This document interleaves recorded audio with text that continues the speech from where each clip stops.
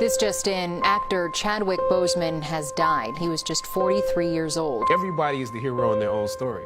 He, of course, starred in Black Panther. The impact of that is something that nobody can actually write about. I hope people are proud when they finish watching the movie. He broke stereotypes and became a role model for Black youth. Boseman had been fighting colon cancer for 4 years, but never spoke about his diagnosis. Boseman has probably begun a weight loss regimen for a future role. Superpower you wish you had in real life. I wish I could freeze time. You gotta get sick of hearing Wakanda. No, I want Wakanda. I want us to be Wakanda. Wakanda represents a thing that people are proud of, people aspire to. We know what it's like to be beneath and not above. And that is what we went to work with every day. If we're around here assuming that the black characters in the show are criminals on drugs and deadbeat parents, then that would be stereotypical, wouldn't it? He slid my resume back in his desk and said, "We'll be watching you." Once I got the first script, once I saw the role I was playing, I found myself conflicted. The role wasn't necessarily stereotypical. A young man in his formative years with a violent streak pulled into the allure of gang involvement. That's somebody's real story. But I was conflicted because this role seemed to be wrapped up in assumptions about us as black folk. I was conflicted. It was just my luck that after filming the first 2 episodes, execs of the show called me into their offices and told me how happy they were with my performance. They wanted me to be around for a long time. They said, if there was anything that I needed, just let them know. That was my opening. I decided to ask them some simple questions about the background of my character, questions that I felt were pertinent to the plot. Question number 1, where's my father? The exec answered, well, he left when you were younger. Of course. Question number 2, in this script it alluded to my mother not being equipped to operate as a good parent. So why exactly would my little brother and I have to go into foster care? Matter of factly, he answered, well, of course, she's on heroin. That could be real, I guess.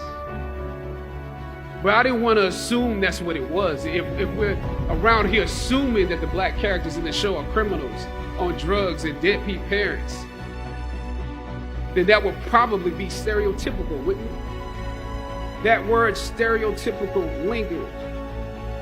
One of the execs pulled out my resume and began studying it. The other exec wore a smile, trying to live up to what they had promised me only a few moments before. If there's anything you need, just let us know. He slid my resume back in his desk and said, thank you for your concerns. We'll be watching you. I was let go from that job on the next day. A phone call from my agent. They decided to go another way. But when you have those moments alone, you start to wonder if there was a better way to handle it. And if you could have handled it better, maybe you could help your family. And then before you know it, you're broke. And you find yourself scraping together change just so you can ride the subway so that you can get the next job. And maybe if you could book something else, that would eclipse the feeling of doubt that's building. But it seems like you can't pay them to hire you now. My agents at the time told me it might be a while before I got a job acting on screen again. We're hesitant about sending you out to some people right now because there is a stigma that you're difficult.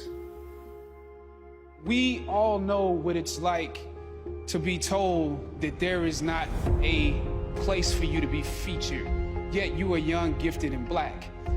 We know what it's like to be the tail and not the head. We know what it's like to be beneath and not above. And that is what we went to work with every day because we knew that we had something special that we wanted to give the world, that we could be full human beings in the roles that we were playing, that we could create a world that exemplified a world that we wanted to see. Well, Wakanda is not, you know, it's not a real place. It's a fictitious place in Africa. But I think it's become, you know, this idea of excellence and hope, and has become sort of a totem to a certain degree that people are proud of, people aspire to. Wakanda represents a thing that can make people in real life want to live up to a certain thing. There are two little kids, Ian and Taylor, who recently passed from cancer. And throughout our filming, I was communicating with them, knowing that they were both terminal. And what they said to me is, and their parents said, they're trying to hold on till this movie comes. And to a certain degree, it's a humbling experience, because I think back now to a kid and just, you know, waiting for Christmas to come, waiting for my birthday to come.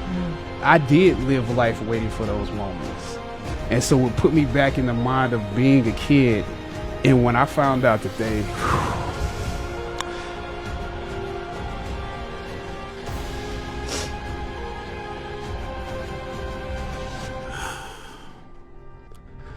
yeah, it means a lot. Sometimes you need to feel the pain and sting of defeat to activate the real passion and purpose that God predestined inside of you.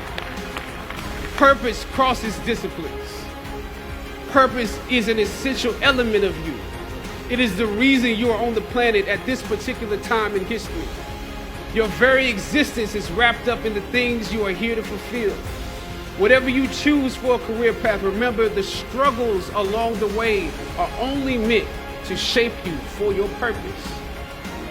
I don't know what your future is, but if you are willing to take the harder way, the more complicated one, the one with more failures at first than successes, the one that has ultimately proven to have more meaning, more victory, more glory, then you will not regret it.